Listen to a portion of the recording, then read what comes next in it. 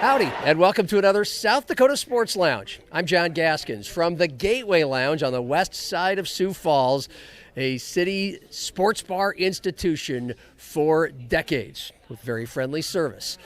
And this week, we're taping this on the last day of June.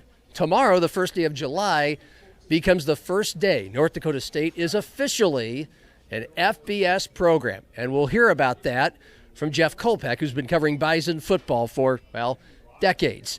We're also going to have a chat about North Dakota State basketball coaches getting contract extensions and what that means for a University of South Dakota coach in basketball who didn't get one.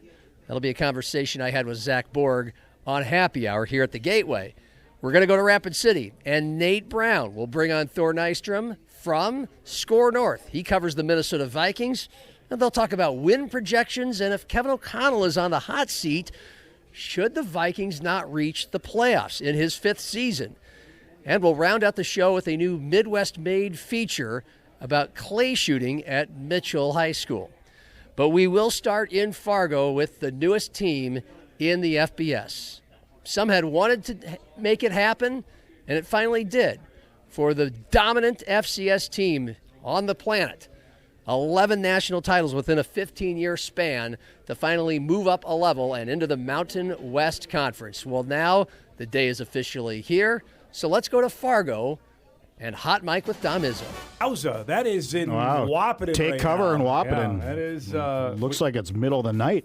We heard that the storms were to the south, certainly in South Dakota, moving that way. So hopefully everybody's safe down there for our friends in Wahpeton. All right, so we got Langer coming up here in just a few minutes. Derek Lang, who's part of NDSU's Team Makers, obviously fun there, and running everything fundraising arm, because Wednesday, you wrote about it, it's online right now at inforum.com, is 701 Day. It's also the first day that North Dakota State will be a full-fledged FBS member. Matt Larson told us last week that the application has been signed, everything has been approved and good to go, that they will be an FBS member, and the Bison have got some major fundraising plan for Wednesday. Well, they already raised $10.1 million in this matching gift thing that they have going on. Stop right there, $10.1 million. Yeah. Yowza. That is a large chunk of change. Well, that's what it takes. Yeah. I mean, that's what it takes. And they've always said, and you hear this, that if the Bison go to the next level, and when you talk about the administrators, they are not going, and this is them talking over the years, they're not going to go just to be mediocre. And that takes funding. And I think there are donors out there willing to fund the move. I think, and I asked Larson this last week, there are donors that maybe were tepid with them over the last handful of years because it's FCS. I've already donated. But once this happened, I think they re-energized some of the bigger, higher roller ones. And honestly, I think there are other ones that they couldn't talk to until they got to FBS that started to give. It may be no different than when they went from Division II to Division I, and Irv Iniger was the guy who went across the country, and he found donors totally that they unforeseen money.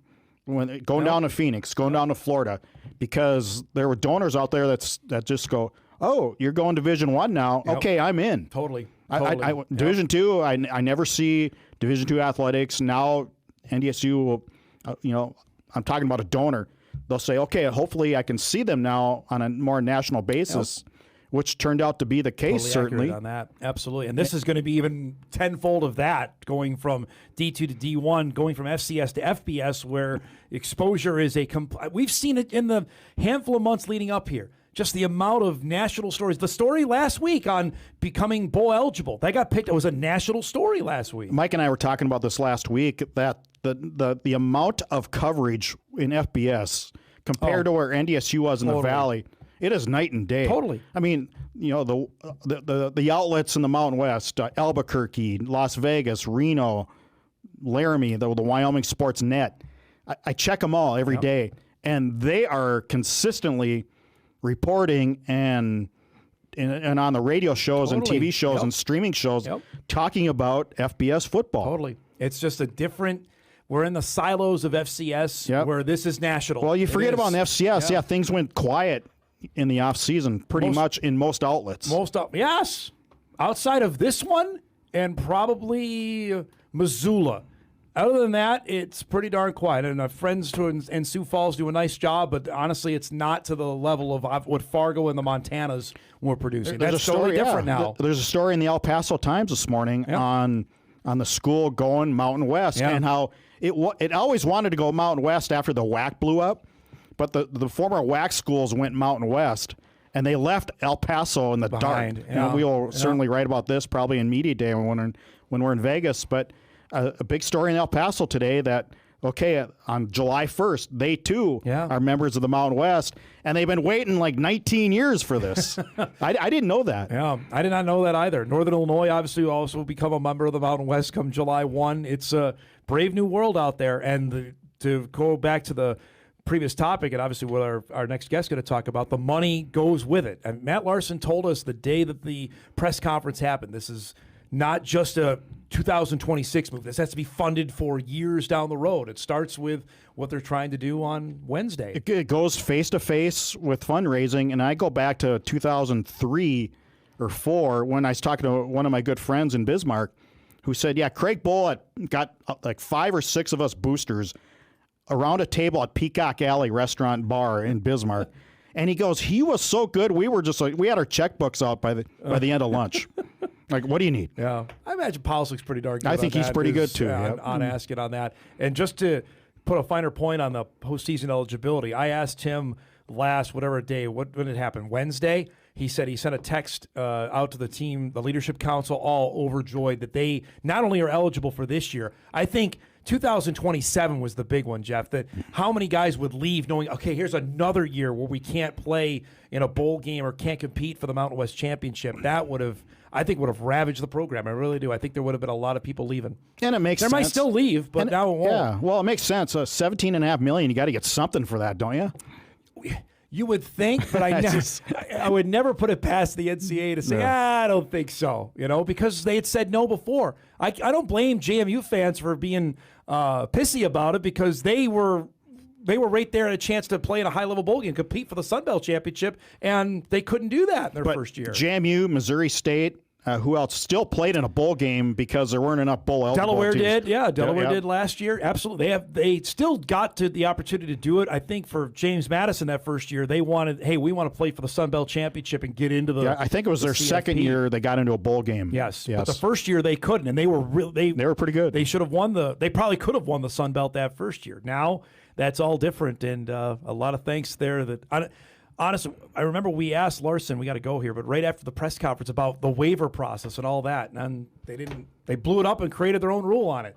And there you go. And now it's a done deal. So, well, if you need any more golf advice, let me know because I pegged the winner before anybody. Well, let's see if you can keep those picks coming when we get to the fall. You're kind of iffy on that. But here's what I'm saying. Who has the trophy? You have the last. Who has the nickel? You have the last FCS pick'em nickel. So we have to figure out what we're going to do now in FBS, right? Well, why wouldn't it continue? So, the nickel trophy. We own the nickel trophy after UND and NDSU bolted it. So are we going to be picking, Ohio State, Alabama now as part of the pick'em segment? Because I'll do it. Let's go. All right. I guess we'll have to have a high-level meeting on that. The storyboard. High-level meeting. Happy early Independence Day, and we'll talk to you in a couple weeks, all right? There he is. Jeff Kolpack joins us each and every Monday. His appearances are brought to us by Northwestern Mutual. We'll break. We come back. We'll start our second hour. We mentioned what NDSU's trying to do come July 1. From Fargo back to Sioux Falls, where Zach Borg and I did talk extensively about that very topic, how the Bison will fare in the FBS, and if schools like SDSU and USD may follow soon or somewhere down the road. But we also chatted about Friday's news that both basketball coaches at North Dakota State had their contracts extended 5 years to the end of the 2030-31 seasons.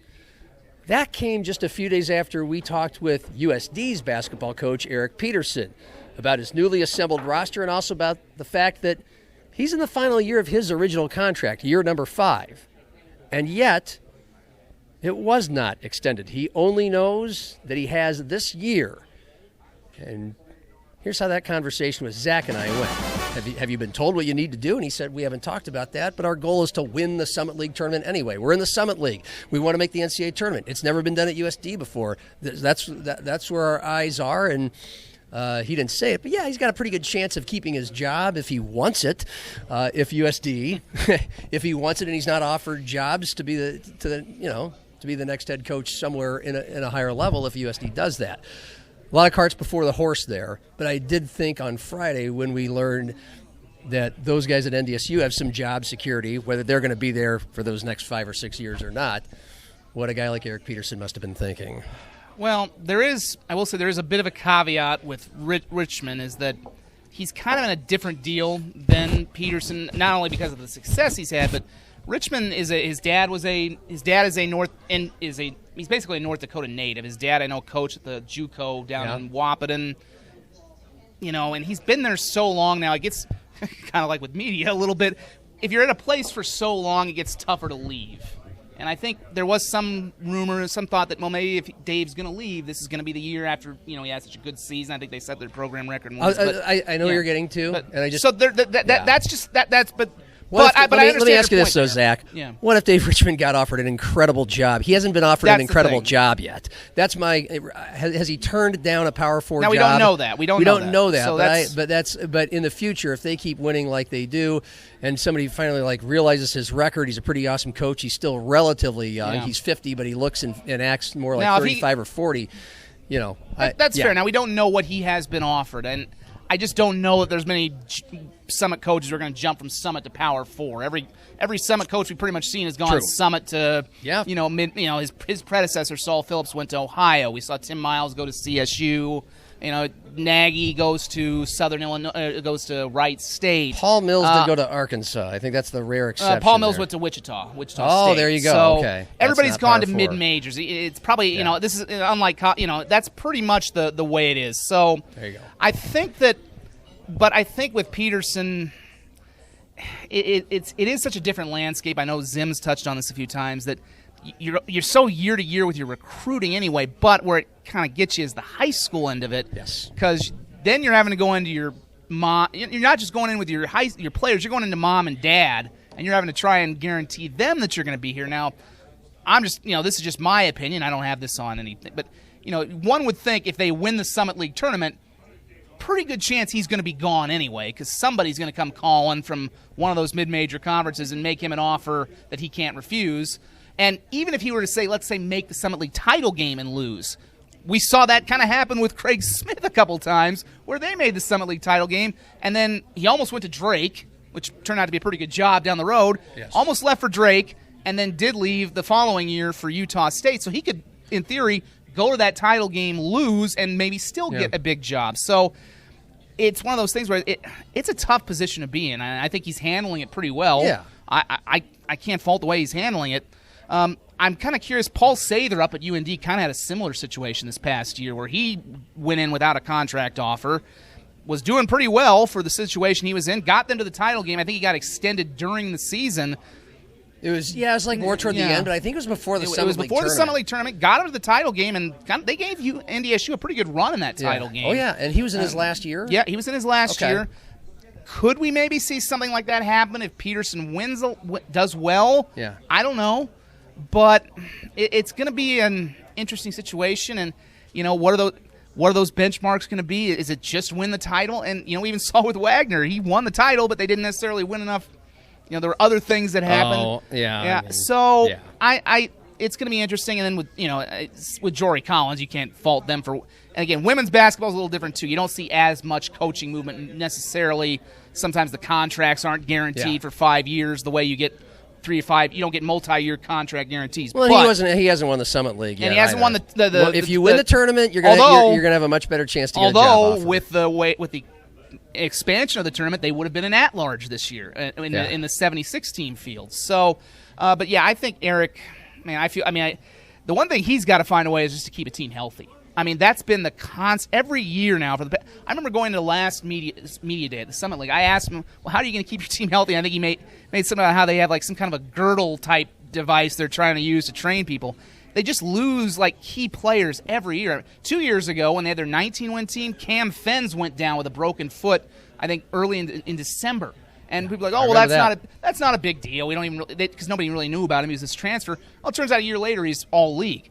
They always lose, and last year was just ridiculous. We've been through that. Yeah, they've just I don't know if it's luck or if it's, you got to figure out maybe a way to kind of keep these guys maybe dial back the training regimen. I don't know. I mean, they find a way to keep this roster healthy. They play at breakneck speed, and I've actually never thought of that until now. Like, does that increase injury possibilities? You got to be in good condition to do it, and they won 19 games using that style. The first year they did it, the whole year they had to stop playing breakneck speed, and Eric will brag about it, and as he should. Like, we're the second fastest team in the country. But last year they couldn't. They had to slow down because they didn't have any depth. So, but he told us they plan to go back to that style this year.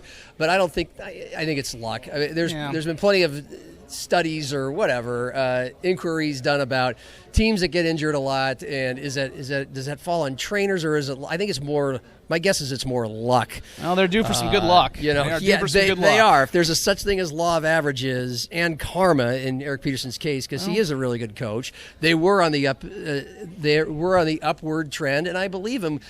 I think we could all agree with him. They were going to win 20 or more games if they had a fully healthy or close to, or at least they had Isaac Bruns. And I guess the last point on that, it's always kind of tough to tell where the summit's going because it changes every year, but we don't really know this year. New. Yeah, every team's new this year, and it looks like St. Thomas, it felt like last year was going to be St. Thomas's year until NDSU kind of ran away with it. Well, it wasn't St. Thomas's year. They got upended by UND, of all teams. Yeah. So it really feels, once again, like it's as wide open as it's going to be. So if their roster is as good as they think it is, why not them? And it's all about those 3 days in March. That's the good news. And by the way, Eric Peterson, I think we can agree, has proven that he's a pretty damn good coach no matter what his assemblage of players is. Now, his first 2 years he won 12 games apiece, and that was partly because of what the last administration left him with. But last 2 years, the 19-14, and then last year, obviously, 8 players down, top player in the league, top 10 scorer in the country, Isaac Bruns down. They win. They go 16-16, and you could make a case he's coach of the year. So even if this lack of any guarantees that he's going to be the coach at USD beyond this year at this moment, even if that hurt recruiting either transfers, probably more so the high school kids. He detailed it. Go back and listen if you're a Yotes fan.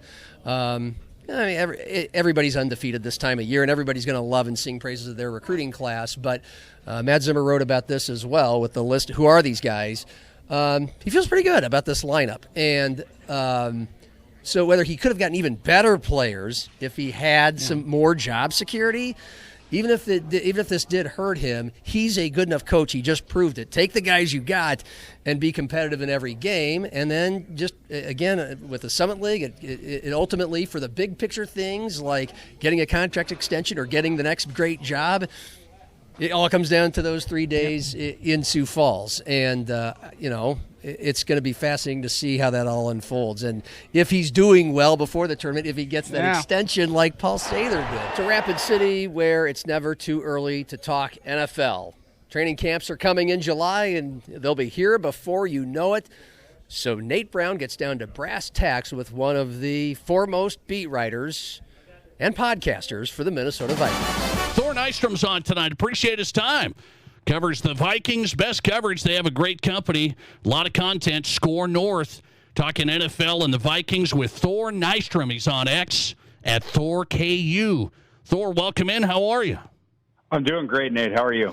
Good, man. I appreciate your time. I want to talk to you about a few things. I want to get your read on some coaches that are on the hot seat, and some people have said Kevin O'Connell. So I want to get to that, but first, let me get into the NFC North breakdown. Vikings are last when it comes to Las Vegas, saying over-under win total. They've got them at 8.5. Vikings won 9 games last year. How do you see the 8.5 right off the bat? I think it's a fair number in lieu of that, and you're turning over your defensive front position. You're turning over a couple position groups on the team. I think it's a fair win total. It's the same number that it was last year, and the Vikings covered that by the skin of their teeth by going 5-0 down the stretch. Obviously, kind of fattened up on when the games didn't mean as much to some of the opponents. But I think 8.5 is probably the correct number for the Vikings. Okay, so you think that's okay? Who do you see as the leader in the clubhouse? Lions are at 10.5. Packers are at 10.5. Are either one of those going to be better than the other? I would love to fade the Lions. I think there's signals there that the regression is just going to continue, and obviously today with the Terry and Arnold news and the Lions releasing him, it was already a bad room there, and obviously an enormous distraction, a terrible situation there. But they play such an easy schedule. So that's the Lions drawing the last place schedule there. It's one of the easiest schedules in the entire NFL. So you wonder if they can sort of bob back to the surface, regress back to the mean, I guess, on the strength of that schedule. So that's why that's a hard one. And then I would be bullish on the Packers, except for the Micah Parsons stuff. And the brothers saying last week or the week before that it's going to be mid-season, more like that. He's not going to come back the fifth game right after the PUP list. And if you're out Micah Parsons half the season, the Packers' defense is totally different when Parsons isn't on the field. So both those teams, and then the Bears as well. I mean, people have made the point of the one possession wins that they had last year. It's totally unsustainable. Usually, you see the teams that are awesome with the last 2-minute comebacks, and then the one possession wins that neutralizes, in the years after that. So it's a really hard division to put your finger on, and all four of the teams are competitive.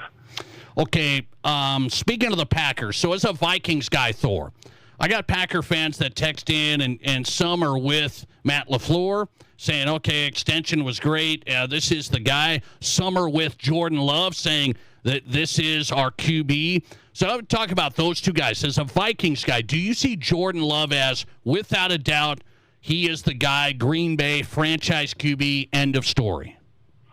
I want to see him I want to see him this year. I want to see him when they have to throw more to win. If Jacobs, the status at the beginning of the year, the run game might not be as good there. And then if the defense is playing down without Parsons, the system there, they don't. Like Jordan Love coming out, he had all kinds of arm talent, but the bugaboo with him at Utah State was the decision making, and he put the ball up for grabs, and he got intercepted a lot in college. And you tip your hat to him cutting that down. But part of that is the play calling, and the Packers will go super run heavy, when they have an advantage in the game, and sort of skew super conservative with the game script. And I just wonder when he has to take a bigger sort of portion of the offense and the team's success there, how that's going to go. So for me, it's wait and see. I mean, of course he's a solid starting quarterback, but like if you're talking of like an upper echelon in the entire NFL, he's got to prove that he can kind of raise the tide of everyone there. What do you think of Matt LaFleur as a head coach? Some Packer fans are thinking, he hasn't gotten us really far, but everybody thinks he's a whiz. So what's the real story on LaFleur? I think he's a solid coach, but I think I have similar trepidation probably with him that some of the Packer fans do, where it's that same thing I was talking about like he's a good play caller and he's a solid tactician, everything like that. It's just he skews super conservative, and I wonder, and some of the fan base there of like, does this guy have what it takes to get the team to the next level and killer instinct in the playoffs, et cetera? That stuff is still kind of wait and see. So I think a lot of this stuff, the next couple of years, the Packers' contention window, it's sort of that with the draft picks that they've traded and their cap situation and stuff. The jury kind of out with both those regards to Love and LaFleur, and I think we're going to have a lot more answers here the next couple of years. Thor Nystrom in tonight talking NFC North, Vikings coverage from SKOR North and the crew. Find him on X at ThorKU. Last one we didn't talk about, Bears. 9.5 wins. You said the Vikings at 8.5 is about right. Sort of the Bears step back a little bit, 9.5. I would expect that, yeah, just because of all those comeback wins and all the close wins last year. I just don't see it as sustainable. And the Bears won some of them were just flukes. That when they came back on the Vikings at the end of regulation, the game at US Bank Stadium, that was because the Vikings didn't cover a Devin Duvernay kickoff return. When they had him dead to rights, all they had to do was tackle him on his side of the field, and they couldn't do it. So the Bears got the long field goal there. And then the Bears manufactured some of these comebacks with Ben Johnson play calling, and you can only sort of sneak up on the league with regards to that your early years there, and then they sort of catch up. So, but but I was mentioning my trepidations with each of the other teams in the division before. So that the Bears going to a tougher schedule now. You expect regression. The signals you get from that. But if the Lions fall back, or even further than they were last year, and if the Packers, they struggle a little bit without Parsons, that's where I could see the Bears sort of remaining kind of treading water. But I definitely would not bet the over on that 9.5. I think that one would be an under or stay away. Okay, let's get into the Vikings. Some lists I've been looking at, Thor, of coach lists going into 2026. Kevin O'Connell's been listed as a hot seat guy that has to get to the playoffs and maybe do something there. So what do you think the real feeling is inside the organization here? Because McCarthy's year last year didn't go as planned. He was injured before. Now they go Kyler Murray and McCarthy. What do you think the feeling is like on O'Connell this year? He's an unorthodox hot seat kind of candidate in that he definitely is not on the hot seat right now. And in fact, you could argue that this offseason kind of his power position there was galvanized when they got rid of Kwesi and brought in a new, the front office there. But that was Kevin O'Connell was on the search committee with that. And Kevin, and his prerogative may or may not have, led to Kwesi being on the hot seat in the first place there. So you're in sort of that good position. He's seen well by the owners. But if you get out of another season here and you either don't make the playoffs or you squeeze in again and then you lose in the first round again, that would be 5 years without a playoff win. The last 25 years, there's only been 2 other instances where a coach was brought back for a 6th season when he didn't win a playoff game in the first 5 seasons. Nate, do you want to play trivia? Do you happen to know who those 2 coaches were? I do not know that, but you do. Marvin Lewis with the Bengals, and Marvin Lewis, he went something like 0-9 in the playoffs. He never won a playoff game there. They did end up making it, but yeah, never won one. The success story in the very small sample, it's Gary Kubiak with the Texans. They didn't win a playoff game their first 5 years, and then the 6th year they got in and they beat Marvin Lewis's Cincinnati Bengals, and then Kubiak later on won a Super Bowl. That was the moonlight year with Peyton Manning there at the end with the Broncos. But that's the thing. Like if you, especially if the Vikings miss the playoffs, and especially if they miss the playoffs, Kevin O'Connell pulled the plug on his hand-selected top 10 quarterback, and you don't really have a future plan at that position other than, we could use a first-round pick on it. But our head coach, the quarterback guru, has never developed a quarterback in his career. So I think that's where the argument would go against him and would find himself on not only the hot seat really quick, but that's where he could get fired at the end of the season. Hey, Thor, how long can this quarterback competition go legitimately as we get into August here? How long do you think it could go? Man, that's the $1 million question around here. I only have a theory on this, and this is, like I said this right when they said the competition, like if you're going to do right by the competition, i.e. we are going to labor to find the best guy here, but then also give that guy, whoever you pick to be the starter, long enough for to build the offense around him, because JJ and Kyler, they don't play the same way. You're going to have modifications of the offense depending on which guy you go with, and then of course have that guy build chemistry by the end of camp, getting all the snaps there. For me, it's either after the first preseason game or you could go to immediately after the second. You can't go any longer than that. It's going to have to be somewhere in there, but I would assume that this quote-unquote quarterback competition, that the winner is not announced before the first preseason game. So I think it's going to be somewhere in the middle where they ultimately announce who the starting quarterback is. But that's not based on information. That's just my conjecture, what I think makes the most sense, just to be clear. Thor Nystrom in the Twin Cities covers the Vikings. SKOR North. Last one. You sent a message out there on the Brendan Sorsby thing. NFL doesn't do the supplemental draft, so he's shut out. CFL shuts him out. Did you think the NFL should have at least given the teams a chance, or what's your thoughts on Sorsby? I definitely think they should have. They're sort of going against the precedent to sort of one-off the punishment on Sorsby. I don't like when professional leagues just start going against their precedent and rewriting rules. In this case to exclude this kid apparently until the the 2027 draft, but why not give the opportunity to the teams? I mean, that's the way the rule is written up. You just have to apply by a certain date if you lose your eligibility. Sorsby did that. The NFL story that they came out with, that was quickly contradicted by the agent. They were in touch, asking about the supplemental process, and they went through the process to apply for it. So the league is sort of making a new rule here to make an example of Brendan Sorsby, and then the CFL jumped up and they did their virtue signal thing, as well. I understand the integrity of the game questions.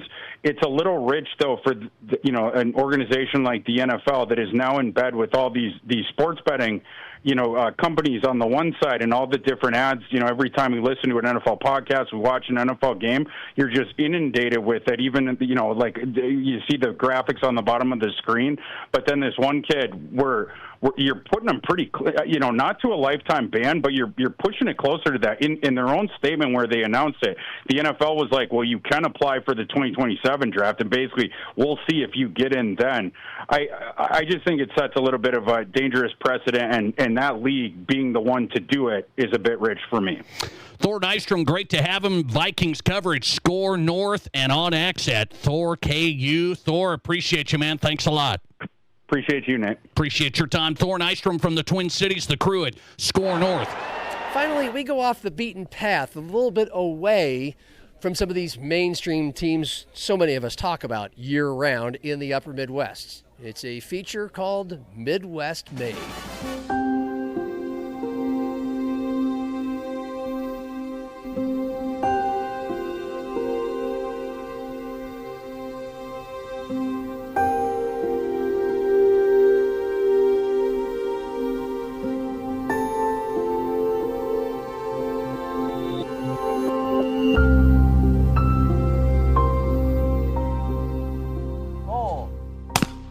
Well, it started when I started the high school program back in the 80s, 80-something.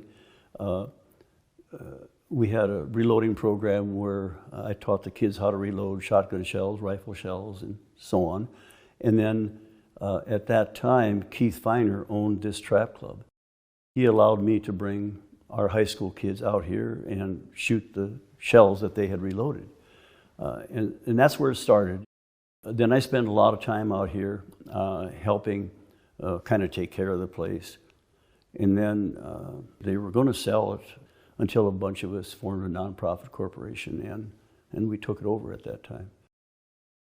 Austin came to me one day, because he shot trap out here on a team, and just asked me what I thought about starting a team. My idea was to start a 6-week summer trap league, try to get kids out pulling the trigger on some shotguns.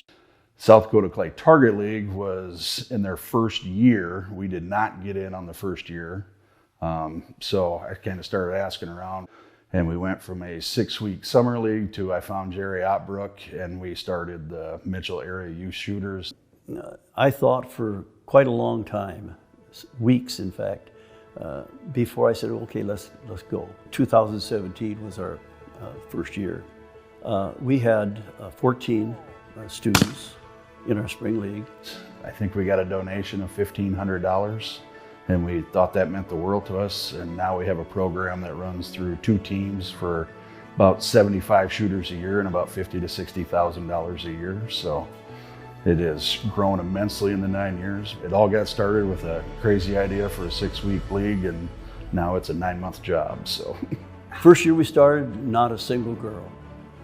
This year, and in all the years since, we've had as many, and I believe we have 12 on our team of 43. So yes, we've had a lot of girls over the years. I'm in TROP, Student Council, and FFA, but TROP is my main one. TROP is the one I spend the most time with. TROP is the one I'm always volunteering for, putting my time into. TROP is my number one. I'm always doing anything I can for TROP. There's a ton of pride because we're pretty good, and we got a ton of trophies. Conference-wise, we have been very successful. I think in spring season we've taken first in our conference every year except twice, and we've had 9 of those. Fall season started in 2019 in South Dakota, and we have won the top conference every year. We have a great bunch of kids. And when you have a great bunch of kids and a great bunch of coaches, I think that breeds the kind of success that we've had, yeah.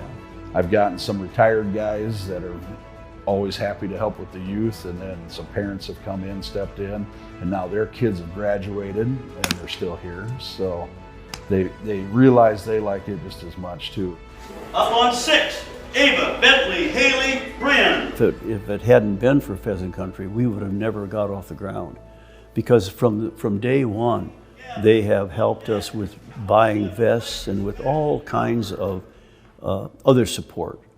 And in recent years, they've helped us buy shotguns. And now we have enough shotguns that we can literally give every kid that comes out a shotgun to use. We got to raise money for shells and targets because they're all expensive. So they really do help get behind trap to help us so we can continue at this sport. Safety is the number one priority of the Clay Target League, followed by fun, followed by marksmanship.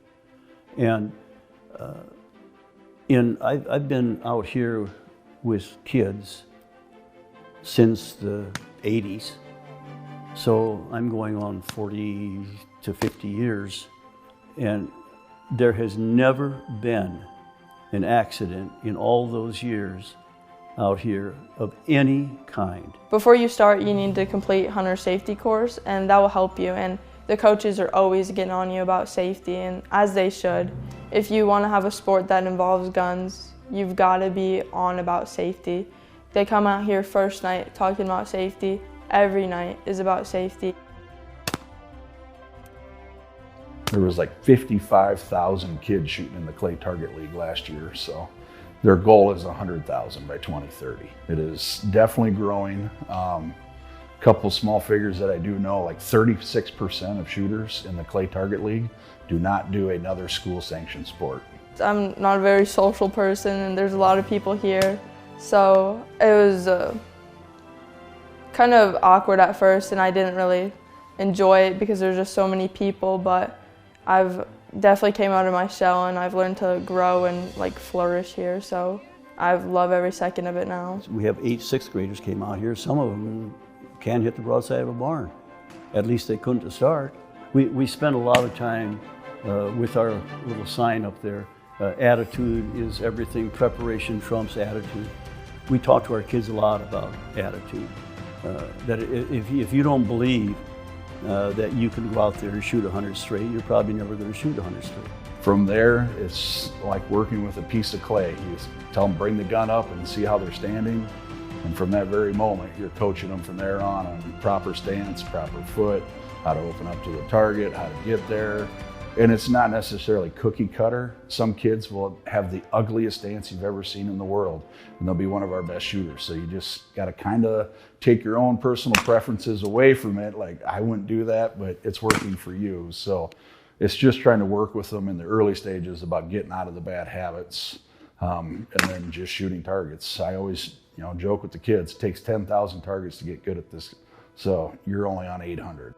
When we get them to the point where that junior, senior that's been around since 7th, 8th grade, they can step to the line and probably outshoot most of the coaches any day.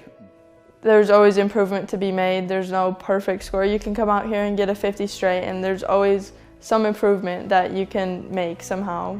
You may have hit every bird, but you could have hit the birds better in some way or another. Do you know where you sit or where you I haven't looked, but at the moment, I think they say I'm first in the state female and maybe 8th overall. So, wow, that's pretty awesome. They gain self-confidence to go out there, and you're out there all by yourself. Nobody's going to help you when you're standing there on the line. It's just like any other. It's not like basketball and football. You're out there all by yourself, just like wrestling. Nobody's going to help you when you walk onto that line. So there's a great deal of self-confidence that they have to have. They have to believe in themselves, in their ability. That ability to focus and do the best you can. I think it's an all-important part of the program. Yeah, I appreciate them because they like push me to do better and focus and make sure I hit as many targets as I can. I've been running this track club for 36 years, and it's getting harder all the time. But I am a keep busy guy, and so really coming out here is kind of my place. I enjoy it. I consider these kids my kids, even though they're not. And I don't intend to quit very soon.